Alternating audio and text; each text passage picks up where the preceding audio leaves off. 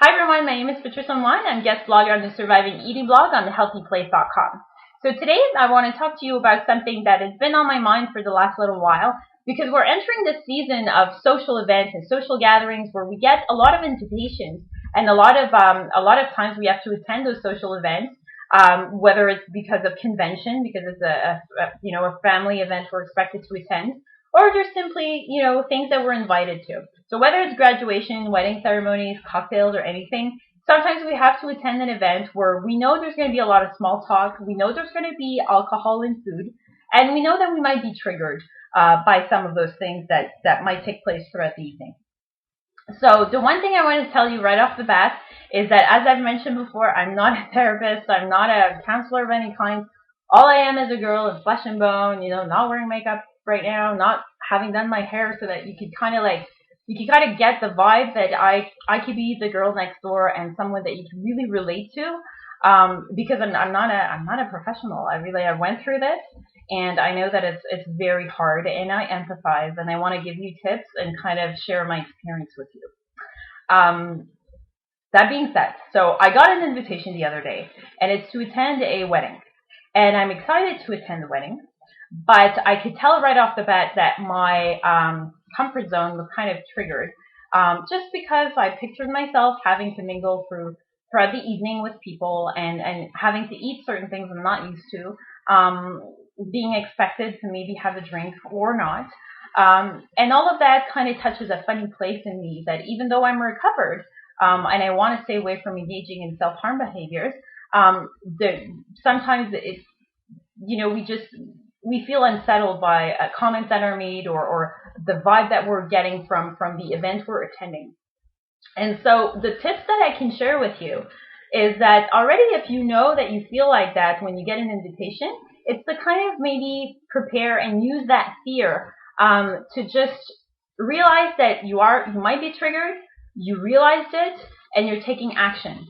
And what you're doing is you're preparing for that event. So whether it's knowing what you're going to wear, whom you might want to speak to, whom you might want to avoid if there's been comments that made you feel uncomfortable in the past, that's also possible. And also kind of preparing in terms of my second point, preparing in terms of having a support system in place. So whether it's bringing someone with you if it's a plus one, or being able to know that you can reach out to someone that you know and you trust throughout that evening is also very important, because all too often, you know how it is. We kind of it's like a time warp. Someone says something, or we feel a certain way because of music, because of something we see, because of we look at ourselves in the mirror in the restroom or powder room, or we ate something, we're drinking, and we feel triggered. So right away, it's very that time where you engage in self-harm behaviors or you decide not to. It's like a split second, and it's like boom. So try to have some support in that moment so that you can kind of avoid being in a pinch, kind of being helpless, because there's some moments where we are, and I know that all too well. And so I would say prepare for the event and kind of use the feelings that you have of being unsettled or uncomfortable to your advantage in acknowledging that you feel like that. And so have some compassion for yourself and realizing that that's how you feel. And prepare for it, by bringing a friend, a buddy, someone you can trust. Or if you can't bring someone, it's very easy to be able to have access to, texting someone throughout the evening if you know that the person will be available for you to give you support. That's been really helpful for me. I remember the first few years. Or simply just being able to call them. That's also very helpful. So that's what I would suggest. I hope that the events that you attend are not triggering, the same way that I hope mine won't be triggering either. But take some comfort in knowing that if they are triggering, that there are things that can be put in place so that you can feel better and you can go through this recovery process. So as usual, if you could, if you want, you could leave some comments. That would be really helpful. Things you might want to talk about or how you feel.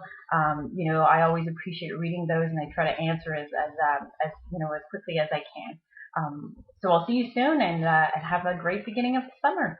Thanks. Bye.